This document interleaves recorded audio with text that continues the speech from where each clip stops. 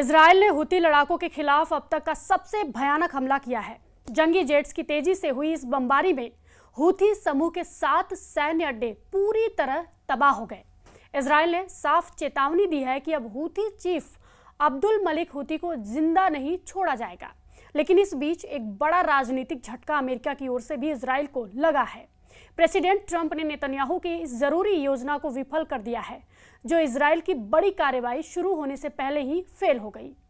News 18 के digital platform पर आपका स्वागत है। मैं हूं प्रिया सिंह। सिलसिलेवार बम धमाके, मिसाइलों की बौछार, बारूदी आग और काला धुआं, ये एक नए युद्ध का दृश्य है। इजराइल ने आर पार का युद्ध शुरू किया है। हमास हिजबुल्लाह के बाद नंबर हूती लड़ाकों का आ गया है। ये सना है, यमन की राजधानी, हूती लड़ाकों का गढ़। इजराइल ने सना का बारूदी शमशान बना डाला है। इजराइल ने जंगी जेट से बम और मिसाइलों की बौछार से हूती फाइटर्स की धज्जियां उड़ा दी गई हैं। इजराइल ने हूती पर अब तक का सबसे भयानक और विध्वंसक हवाई हमले अंजाम दिए हैं। हवाई हमले का इजराइल का सबसे बड़े दुश्मन हूती लड़ाके बन गए हैं। हूती लड़ाकों को इजराइल कुचल रहा है। नेतन्याहू के ऑर्डर पर Houthi chief Abdul Malik al Houthi को निशाना बनाया जा रहा है। इजराइल अपने देश से 2000 किलोमीटर दूर से जंग लड़ रहा है, लेकिन हूती पर मार हमास और हिजबुल्लाह से ज्यादा घातक है। हूती लड़ाकों के आका के सफाई का ऑपरेशन इजराइल शुरू कर चुका है। एलात शहर पर हूती के ड्रोन हमले के बाद इजराइल ने फुल फोर्स में फाइटर ग्रुप पर आक्रमण शुरू किया है। लेटेस्ट हमले में इजराइल ने हूती लड़ाकों का हेडक्वार्टर दहला दिया है। वहीं इजराइल डिफेंस फोर्स के जंगी जेटों ने यमन की राजधानी सना में हूती के 7 मिलिट्री बेस पर बमबारी की है। आईडीएफ ने बताया कि जिन 7 ठिकानों पर हमले किए गए उनमें 5 हूती के सैन्य मुख्यालय हैं। इन अड्डों पर हूती लड़ाकों की अच्छी खासी मौजूदगी भी साथ ही यहाँ 2 हथियार डिपो को भी इजराइल ने जलाकर राख कर दिया। इजराइल के हमले में हूती लड़ाकों को जान माल का भारी नुकसान पहुंचा है। हूती ने दावा किया है कि इजराइल के हमले में 8 की मौत हुई है। हूती लड़ाकों के एक टीवी ने इजराइल के हमले के बाद वीडियो जारी किया है, जिसमें सना की बहुमंजिला इमारतें खंडहर बन चुकी हैं। अल रक्कास इलाके में इजराइल के हमले से भारी तबाही हुई है। हमास इजराइल युद्ध शुरू होने के बाद से हूती लड़ाके इजराइल पर हमले शुरू करते रहे हैं। ईरान समर्थित हूती फाइटर्स ने जनवरी 2025 में युद्ध विराम की बातचीत शुरू होने के बाद हमले रोक दिए थे, लेकिन मार्च महीने से हूती लड़ाकों ने फिर से इजराइल को दहलाना शुरू किया तो अब रुकने का नाम बिल्कुल नहीं ले रहा है। हूती लड़ाकों ने इजराइल पर 90 से ज्यादा बैलिस्टिक मिसाइलें और 150 से ज्यादा ड्रोन हमले किए हैं। हूती लड़ाकों के सफाई के लिए इजराइल और अमेरिका ने मिलकर हमले तक किए हैं। बीते अगस्त महीने में इजराइल ने हूती लड़ाकों पर सबसे जोरदार प्रहार किया। सना में हवाई हमला कर इजराइल ने हूती की टॉप लीडरशिप का सफाया कर डाला था। इजराइल की सटीक एयर स्ट्राइक में हूती प्रधानमंत्री गालिब अल रहावी और रक्षा मंत्री मोहम्मद नासिर अल हतीफी के साथ कई बड़े कमांडर ढेर हो गए। एक झटके में कई दुश्मनों को मिट्टी में मिलाने के बाद पीएम नेतन्याहू ने हूती चीफ को डायरेक्ट धमकी दी थी।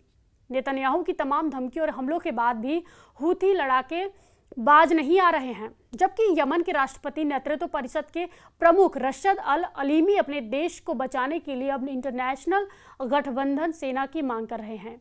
हूती लड़ाके न इजराइल से डरते हैं और न ही अमेरिका से। ज्यादा दिन नहीं बीते हैं जब अमेरिका ने हूती लड़ाकों पर B-2 बॉम्बर से हमला किया था। सुपर पावर ने हूती लड़ाकों को कुचलने के लिए अपने जंगी बेड़े को युद्ध में उतारा था। अमेरिका ने फाइटर जेट ही नहीं, बड़े बड़े डिस्ट्रॉयर और मिसाइल क्रूजर से भी यमन पर हमला किया। लड़ाकू विमानों के साथ साथ अमेरिका ने अपना तिकोनदेरागा क्लास के मिसाइल क्रूजर पर भी एक्टिव किया। लगातार कई क्रूज मिसाइलें लॉन्च की। ऐसे ही अमेरिका ने हिंद महासागर से जहाज की गुप्त लोकेशन से यमन पर लगातार कई हमले किए। अमेरिका ने दावा किया था कि उसने हूती पर पिन पॉइंट अटैक किए। अमेरिका ने हूती लड़ाकों के खिलाफ हमला लाल सागर में कारोबारी जहाजों की रक्षा के लिए किया था। नवंबर 2023 से हूती विद्रोहियों के लाल सागर में अदन की खाड़ी में दर्जनों मालवाहक जहाजों को टारगेट किया गया। ऐसे हमलों में उसने मिसाइलों, ड्रोन और छोटी नावों को इस्तेमाल किया, जिसके जवाब में ट्रंप ने ऐलान किया था ना हूती बचेंगे ना ही उनका एंटी शिप युद्ध। मगर जब गाजा पर इजराइल का बम गिरा, यमन की तरफ से उन समुद्री जहाजों को टारगेट बनाया गया। एक तरफ Netanyahu made in America bunker buster बमों से गाजा को दहला रहे थे, तो दूसरी तरफ हूती के रॉकेट मैन लाल सागर से होकर गुजर रहे। अमेरिका, यूरोप और इजराइल जहाज़ों को टारगेट कर रहे थे। ऐसा 2023 में गाजा और इजराइल के युद्ध के बाद से लगातार होता आ रहा था। हूती विद्रोही कार्गो शिप को ज्यादा टारगेट करते हैं। इसमें कोई शक बिल्कुल भी नहीं है कि हूती अकेले दम से इजराइल अमेरिका से नहीं टकरा रहा। हूती का अघोषित आका ईरान है। ईरान के पास मिसाइलों की तादाद बहुत ज्यादा है, हजारों में है, और कहा जाता है कि इससे भी ज्यादा उसके ड्रोन खतरनाक हैं, जिनके सही आंकड़े सिर्फ और सिर्फ ईरान के कमांडर जानते हैं। लेकिन ईरान के रॉकेट और ड्रोन हूती जमकर इस्तेमाल करते हैं। ईरान के समर्थन से ही हूती फाइटर्स महाशक्तियों को चैलेंज देते हैं। वैसे लड़ाका ग्रुप ने अपनी ताकत में भी जबरदस्त इजाफा किया है, जिनकी कोई काट इजराइल को तलाशने से नहीं मिल रही है। उधर प्रेसिडेंट ट्रंप ने नेतन्याहू से मीटिंग से पहले उन्हें जोरदार झटका दिया है। ट्रंप ने साफ कर दिया है कि वो इजराइल को वेस्ट बैंक पर कब्जे की इजाजत नहीं देने वाले। ट्रंप ने जब से तुर्की के राष्ट्रपति एर्दोआन को तवज्जो दी है, उनके स्टैंड इजराइल के हक में नहीं दिख रहे हैं। उधर ईरान भी अब खुलकर इजराइल के खिलाफ ऑपरेशन ट्रू प्रॉमिस 4 का ऐलान कर रहा है।